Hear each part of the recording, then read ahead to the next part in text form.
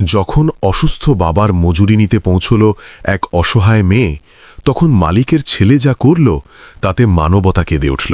বন্ধুরা, এটি একটি সত্য ঘটনার উপর ভিত্তি করে তৈরি গল্প। উত্তরপ্রদেশের বালিয়া জেলার এক গরিব মেয়ে রচনার, যে সেদিন তার অসুস্থ বাবার মজুরি নেওয়ার জন্য বাড়ি থেকে বেরিয়েছিল। সারা রাত সে ঘুমাতে পারেনি, কারণ বাড়িতে ওষুধ শেষ হয়ে গিয়েছিল এবং তার বাবা বেশ কয়েকদিন ধরে জ্বরে কাবু হয়ে পড়েছিলেন।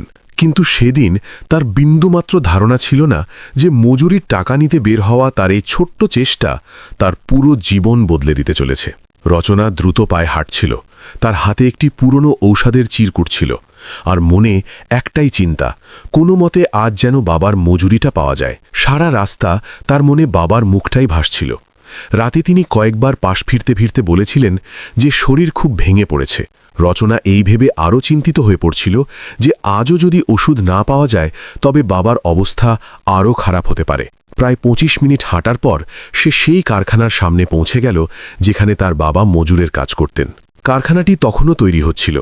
চারদিকে ইট, সিমেন্ট আর লোহার রড পড়েছিল। অনেক মজুর তাদের কাজে ব্যস্ত ছিল। কেউ ইট তুলছিল, কেউ দেওয়াল গাঁথছিল। রচনা কিছুক্ষণ সেখানে দাঁড়িয়ে সব কিছু দেখতে লাগল। সে প্রথমবার এমন কোনো জায়গায় এসেছিল। তার মনে হালকা ভয়ও ছিল, কিন্তু তারপর তার বাবার অবস্থার কথা মনে পড়তেই সে সাহস সঞ্চয় করল। সে এক মজুরের কাছে গিয়ে ধীর গলায় জিজ্ঞেস করতে লাগল, ভাইয়া, মালিককে কোথায় পাওয়া যাবে? মজুরটি সামনে দাঁড়িয়ে থাকা এক যুবকের দিকে ইশারা করল। ওই দেখো, মালিকের ছেলে, ওই কাজ দেখাশোনা করছে। রচনা চোখ তুলে তাকাল। সামনে প্রায় ২৪ বছরের এক যুবক দাঁড়িয়েছিল। পরিষ্কার জামাকাপড় পরা, হাতে কাগজ আর মজুরদের কাজ বুঝিয়ে দিচ্ছিল। তার নাম ছিল রাহুল। রচনা ধীরে ধীরে তার দিকে এগোতে লাগল। যত সে কাছে যাচ্ছিল তার বুকের ধুকপুকানি ততই বেড়ে যাচ্ছিল, কিন্তু তারপর সে নিজেকে সামলে নিল এবং তার সামনে গিয়ে দাঁড়াল। সে ২ হাত জোড় করে ধীর কণ্ঠে বলল, নমস্কার, আমি আমার অসুস্থ বাবার মজুরি নিতে এসেছি। রাহুল তার দিকে তাকাল। তার চোখে মুখে স্পষ্ট ভয় দেখা যাচ্ছিল। সে শান্ত স্বরে জিজ্ঞেস করল, কার মজুরি? রচনা বলল, আমার বাবা রমেশ ২ দিন আগে এখানে কাজ করতেন। রাহুলের সঙ্গে সঙ্গে মনে পড়ে গেল, ২ দিন আগে তার বাবা এক বয়স্ক মজুরকে বকাঝকা করে কাজ থেকে বের করে দিয়েছিলেন। সম্ভবত তিনিই রমেশ ছিলেন। সে জিজ্ঞেস করল, আপনি তার মেয়ে? রচনা মাথা নিচু করে বলল, হ্যাঁ, বাড়িতে ওষুধ নিতে হবে, তাই টাকা নিতে এসেছি। রাহুল কিছুক্ষণের জন্য চুপ হয়ে গেল। সে বুঝতে পারল যে সামনে দাঁড়িয়ে থাকা এই মেয়েটি সাহায্য চাইতে আসেনি, বরং তার বাবার পরিশ্রমের মজুরি নিতে এসেছে। সে পকেট হাতড়াল, কিন্তু সেই মুহূর্তে তার কাছে টাকা ছিল না। সে একটু ভেবে বলল, এখন আমার কাছে টাকা নেই, বাবা এলে তিনিই দেবেন। এ কথা শুনে রচনার মুখটা একটু ফ্যাকাশে হয়ে গেল। সে ধীরে ধীরে তার ওড়না থেকে একটি কাগজ বের করে তার দিকে বাড়িয়ে দিল। এটা ওষুধের চিরকুট, বাবার ওষুধ শেষ হয়ে গেছে। রাহুল চিরকুটটা হাতে নিয়ে দেখল, তাতে কিছু ওষুধের নাম লেখা ছিল। সে বুঝে গেল যে রমেশের অবস্থা সত্যি খারাপ হবে। সে শান্ত স্বরে বলল, একটা কাজ করি, আপনি এই চিরকুটটি আমাকে দিয়ে দিন, আমি ওষুধ কিনে আপনার বাড়িতে পৌঁছে দেব। রচনার তার কথাই বিশ্বাসই হল না। সে অবাক হয়ে জিজ্ঞেস করল, সত্যি? রাহুল মৃদু হাসির সাথে বলল, হ্যাঁ, চিন্তা করবেন না।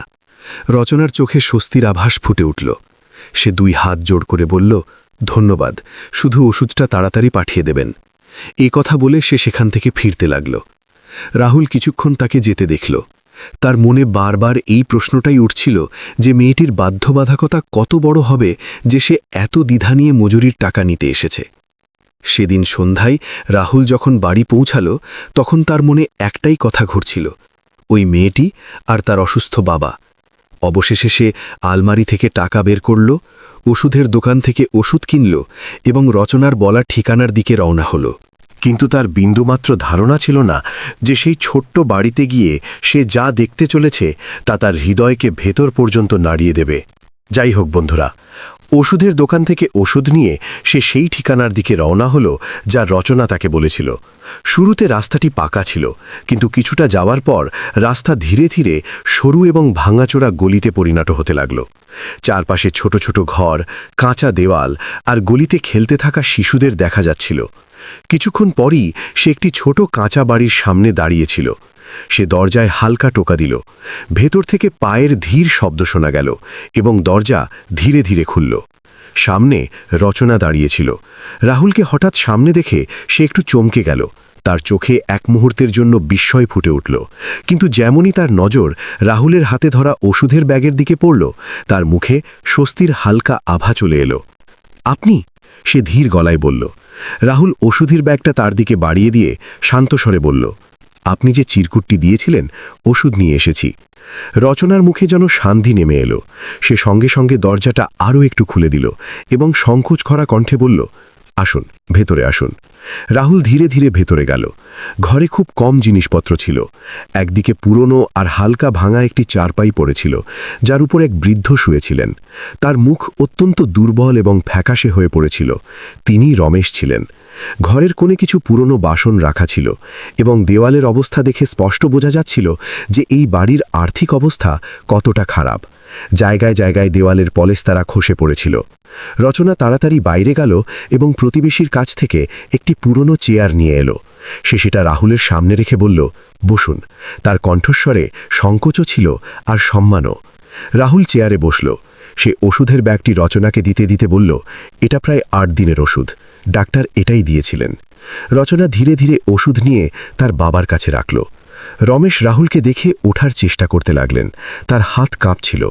রাহুল সঙ্গে সঙ্গে এগিয়ে গিয়ে বলল, কাকু, আপনি শুয়ে থাকুন, ওঠার দরকার নেই।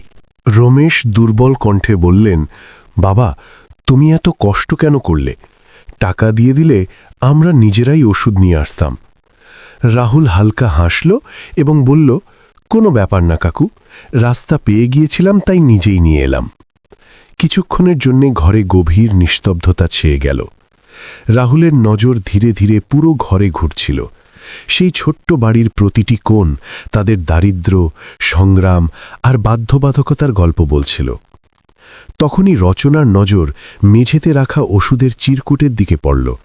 সে ধীরে ধীরে বলল, বাবার ওষুধ প্রতি মাসে বেশ দামি আসে, তাই অনেক সময় আমরা ঠিকমতো নিতে পারি না। এ কথা বলতে বলতে তার গলা হালকা ভারী হয়ে এলো। রাহুল রমেশের দিকে তাকালো। তার হাত কাঁপছিল আর মুখ ক্লান্তিতে ভরা ছিল। তার চোখে অসুখের অসহায়তা স্পষ্ট দেখা যাচ্ছিল।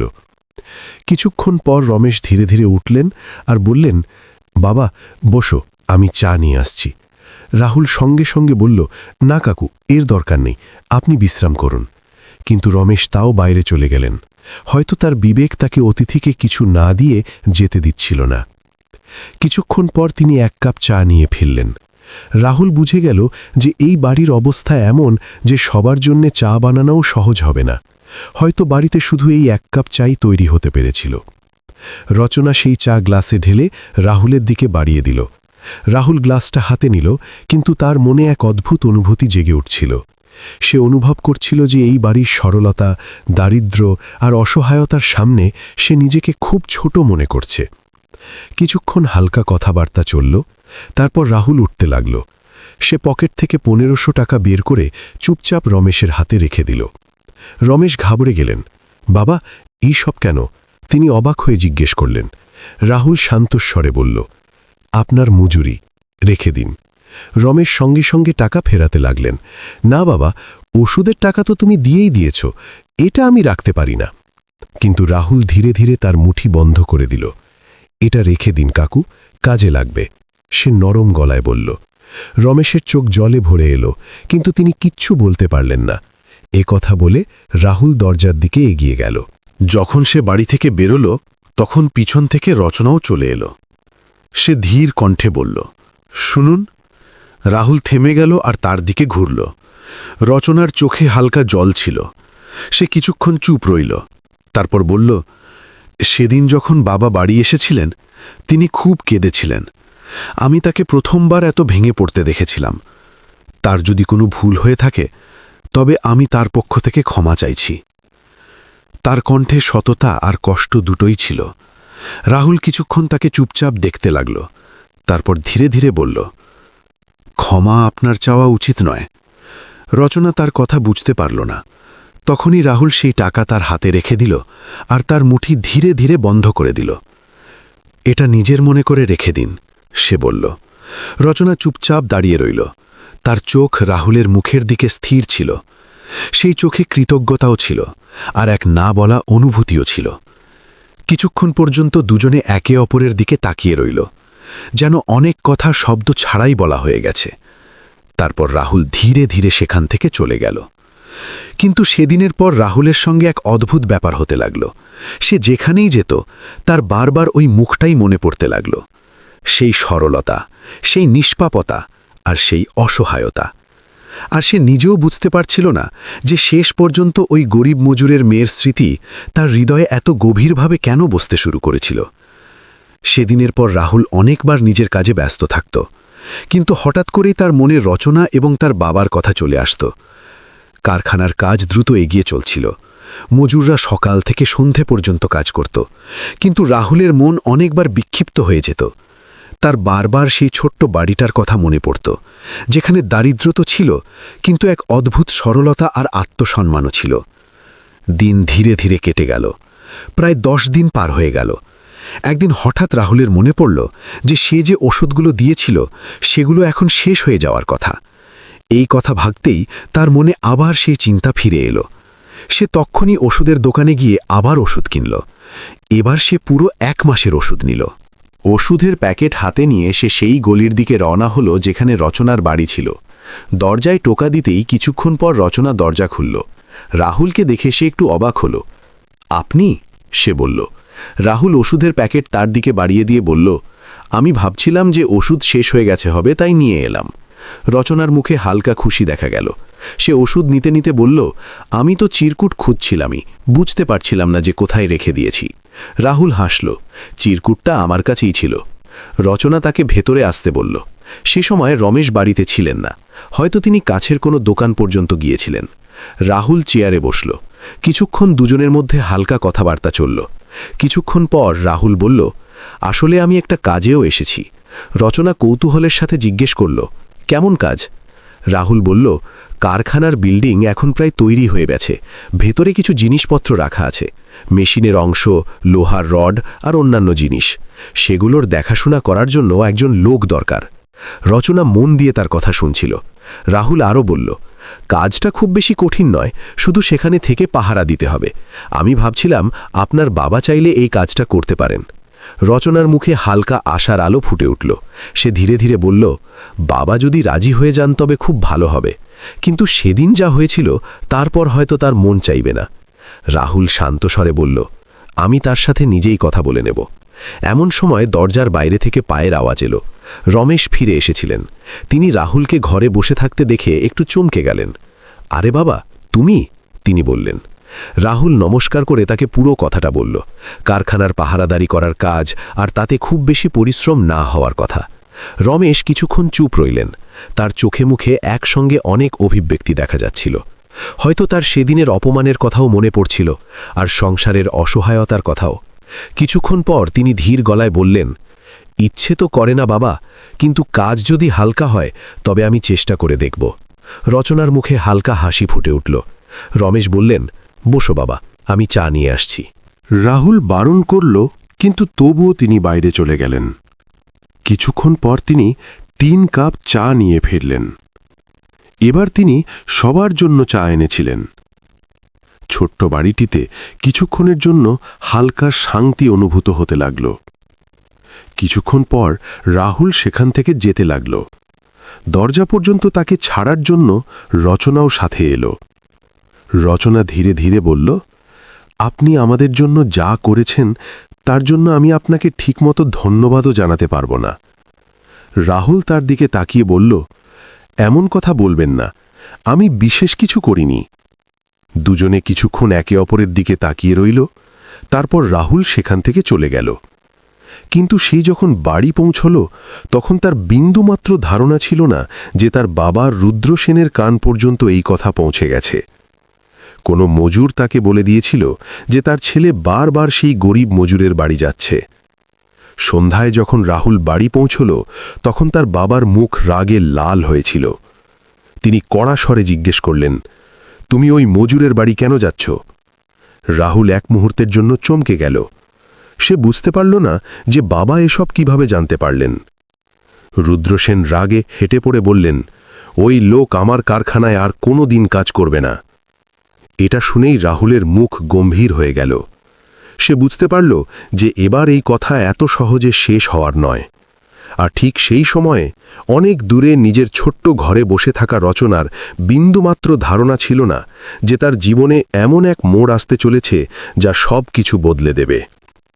যাই হোক বন্ধুরা, ওই সন্ধ্যায় রচনা তার ছোট্ট বাড়ির উঠোনে চুপচাপ বসেছিল। সামনে মাটির উঠোন ছিল আর খাটিয়ায় তার বাবা রমেশ শুয়েছিলেন। তার চোখ বন্ধ ছিল, কিন্তু মুখ দেখে পরিষ্কার মনে হচ্ছিল যে তিনিও কোনো গভীর ভাবনায় ডুবে আছেন। রচনার মনে অদ্ভুত এক অস্বস্তি ছিল।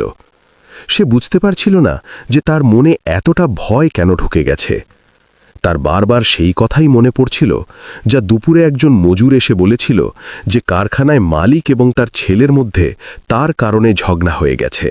রচনার বুকটা সেই মুহূর্তে যেন ধক করে উঠেছিল। সে বুঝতে পারছিল না যে সে এমন কি করে ফেলেছে যে কারো বাড়িতে এত বড় ঘটনা ঘটে গেল। সে তো শুধু তার অসুস্থ বাবার মজুরি চেয়েছিল। তারপরেও রাহুল যে সাহায্য করেছিল সেটা তো সে নিজে চায়নি। সে ভেবেই যাচ্ছিল, আর তার মনে একটাই ভয় বারবার জেগে উঠছিল। তার কারণে রাহুলকে যেন তার বাবার সামনে মাথা নত করতে না হয়। ওদিকে খাটিয়ায় শুয়ে থাকা রমেশও সব বুঝতে পারছিলেন। তিনি ধীরে ধীরে চোখ খুললেন আর রচনার দিকে তাকালেন। মা, তিনি দুর্বল কণ্ঠে ডাকলেন। রচনা সঙ্গে সঙ্গে তার কাছে এসে বসল। কি হয়েছে বাবা? রমেশ কিছুক্ষণ চুপ রইলেন, তারপর ধীরে ধীরে বললেন, আমি সিদ্ধান্ত নিয়েছি, আমি কারখানার কাজ করব না। রচনা চমকে গেল। কেন বাবা? রমেশ দীর্ঘশ্বাস ফেললেন। আমার কারণে যদি কারো বাড়িতে বাপ ছেলের মধ্যে ঝগড়া হয় তবে আমার ওই কাজ চাই না। মা, গরিব মানুষের সবচেয়ে বড় পুঁজি হল তার সম্মান, আর আমি কারো সম্মানের মাঝে আসতে চাই না। রচনার মনে যেন সূচ বিঁধল। সে জানত যে তার বাবা ঠিক বলছেন, কিন্তু তার মনে অন্য একটি কষ্টও ছিল। রাহুল তাদের জন্য যা করেছিল তা সে কোনো দিন ভুলতে পারবে না। ওই রাতে রচনার একদম ঘুম এলো না। সে অনেক রাত পর্যন্ত জেগে রইল, কখনো বাবার দিকে তাকাত, কখনো ছাদের দিকে। তার মনে একটাই প্রশ্ন ঘুরপাক খাচ্ছিল, সত্যি কি তার কারণে রাহুল তার বাবার থেকে দূরে সরে যাবে? অনেকক্ষণ ভাবার পর সে ধীরে ধীরে একটি কাগজ তুলে নিল। সে সেই কাগজে লিখতে শুরু করল। তার হাত সামান্য কাঁপছিল, কিন্তু তার মনের কথাগুলো অক্ষরে ফুটে উঠতে লাগল। সে লিখল, আপনি আমাদের জন্য যা করেছেন তার জন্য আমি সারা জীবন আপনার কাছে কৃতজ্ঞ থাকব, কিন্তু আমি চাই না যে আমার কারণে আপনার আর আপনার বাবার মাঝে কোনো দূরত্ব তৈরি হোক। আপনি আমাদের যতটুকু সাহায্য করেছেন সেটাই আমাদের কাছে অনেক বড় ব্যাপার। এবার আপনি আপনার বাবার কথা মেনে নিন। ভাগ্যে থাকলে হয়তো কখনো আবার দেখা হবে। কাগজটা লিখতে লিখতে তার চোখ থেকে জল পড়তে লাগল। সে তাড়াতাড়ি চোখের জল মুছে কাগজটা ভাঁজ করে রেখে দিল। পরদিন সে চুপচাপ সেই কাগজটা নিয়ে কারখানার দিকে রওনা হল। কারখানায় পৌঁছে সে দেখল রাহুল মজুরদের মাঝে দাঁড়িয়ে কাজ দেখাশোনা করছে। রচনা ধীরে ধীরে তার কাছে গেল। রাহুল তাকে দেখে একটু অবাক হল। আরে, আপনি? কিন্তু রচনা কিছু বলল না। সে শুধু কাগজটা তার হাতে রেখে দিয়ে ধীরে ধীরে তার মুঠি বন্ধ করে দিল, ঠিক যেমন সেদিন রাহুল তার হাতে টাকা রেখে তার মুঠি বন্ধ করে দিয়েছিল। রচনার গলা খুব ধীর ছিল। সময় পেলে পড়ে নেবেন, এইটুকু বলে সে ঘুরে দাঁড়াল। রাহুল কিছুক্ষণের জন্য সেখানেই দাঁড়িয়ে রইল। তারপর সে এক কোণে গিয়ে কাগজটা খুলল। যত সে কথাগুলো পড়ছিল তার মন তত ভারী হয়ে যাচ্ছিল। সেই কাগজে কোথাও কোনো অভিযোগ ছিল না, না কোনো আশা, না কোনো দাবি। শুধু একটা মেয়ের পরিষ্কার মন ছিল যে চাইছিল না তার কারণে কারো পরিবার ভেঙে যাক। রাহুলের চোখ ভিজে উঠল। সে প্রথমবার অনুভব করল যে রচনা কতটা শক্ত মনের মেয়ে।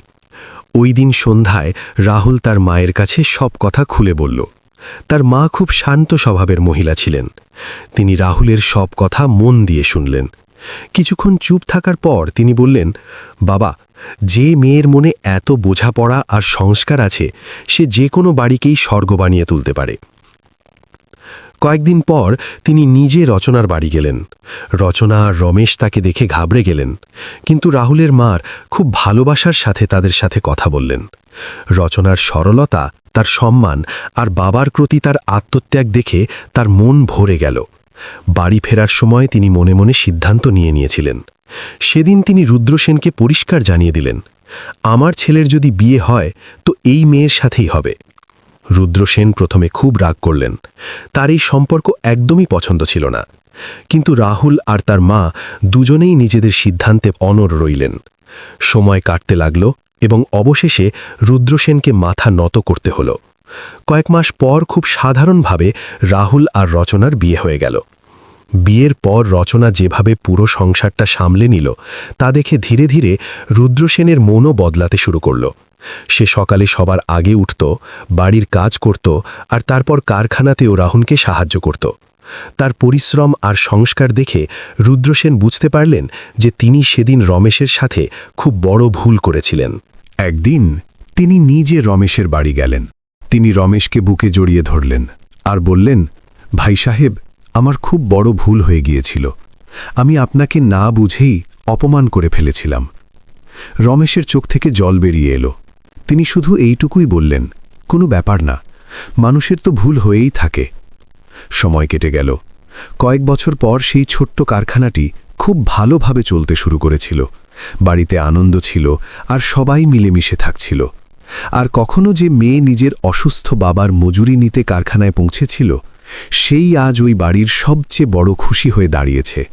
বন্ধুরা, এই গল্প থেকে এটাই শিক্ষা পাওয়া যায় যে মানুষের আসল দাম তার টাকায় নয়, বরং তার মন আর তার সংস্কারে লুকিয়ে থাকে।